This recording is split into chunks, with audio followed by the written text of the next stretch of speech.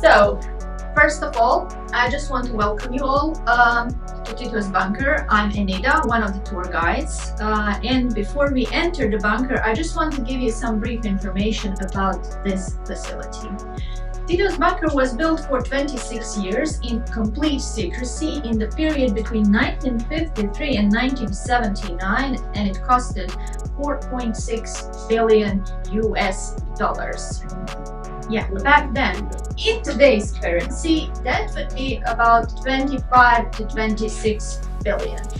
So, to be exact, in 1951, American President Harry Truman gave an order for sending financial support to Yugoslavia for rebuilding the country after the Second World War.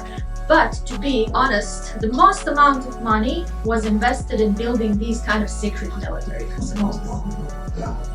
And back then there were 50 of those. Also, there were three biggest investments. The biggest one was an underground airport, Željava, which costed 8 billion US dollars. Have you heard about underground airport? No.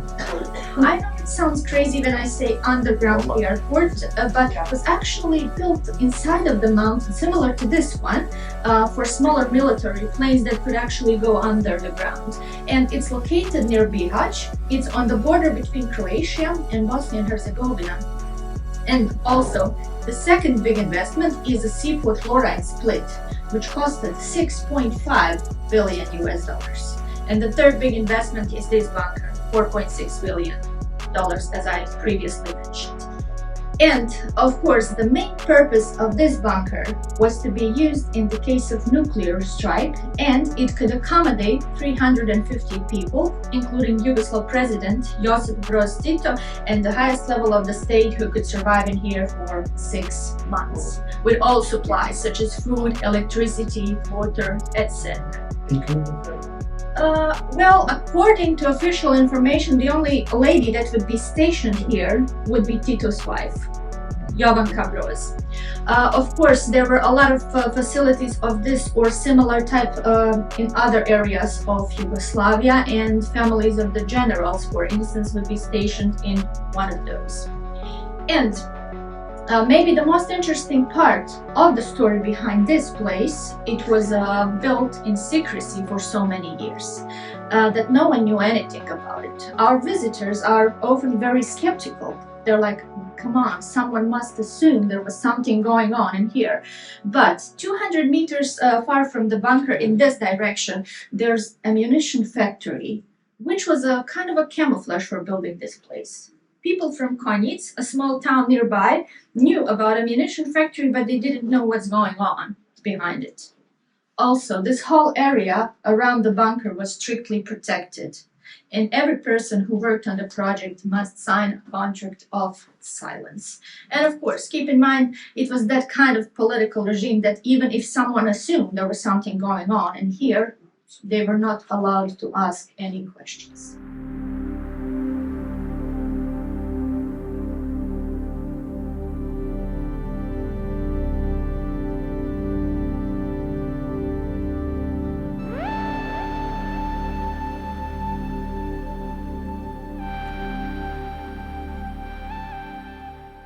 Short stop here because I want to explain this map. So basically, this is the map of the whole facility. And as you just noticed, we entered one small simple house, which would be this one, a house for technical personnel, and we just came across this tunnel, so we are currently here. This tunnel, which is the tunnel behind you, leads to the second house, security house, and this tunnel, which is this one, leads to Tito's house above the ground. But speaking of the inside of the bunker, there are 12 interconnected blocks in there, such as decontamination block, hospital, plenty of rooms for soldiers and officers of higher and lower ranks, 2 huge conference rooms, general staff area, telecommunication center, kitchen and dining room, block for water, electricity block, an air conditioning block, and Tito's block. This is also the deepest spot in the bunker, which is 280 meters under the ground. And at the beginning of the tour, I told you the bunker costed 4.6 billion US dollars. I told you US basically sent financial support to Yugoslavia. Our visitors are often very skeptical about it. They're like, it doesn't really make sense. Why would US send financial support to Yugoslavia, to a communist country back then? Well, mainly because of Tito's conflict with Stalin, which happened in 1948. When Stalin wanted Yugoslavia to be his satellite state, and it was planned, okay, you have your independence, but you will act under the orders of Soviet Union. And as Tito didn't agree, US just sent a huge amount of money to Yugoslavia for rebuilding the country, as I previously mentioned.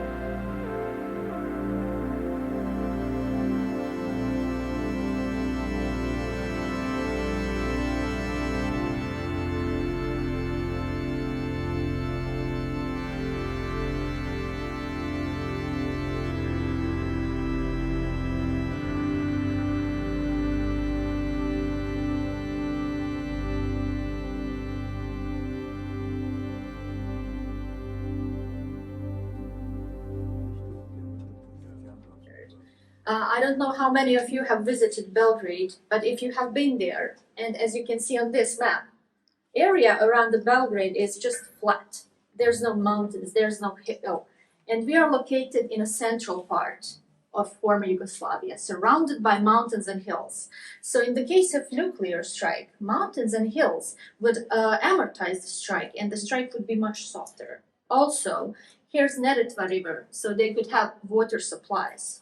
And if Tito would be stationed in this bunker, he could easily be transported by helicopter to an underground airport to Geneva or to seaport Lora in Split.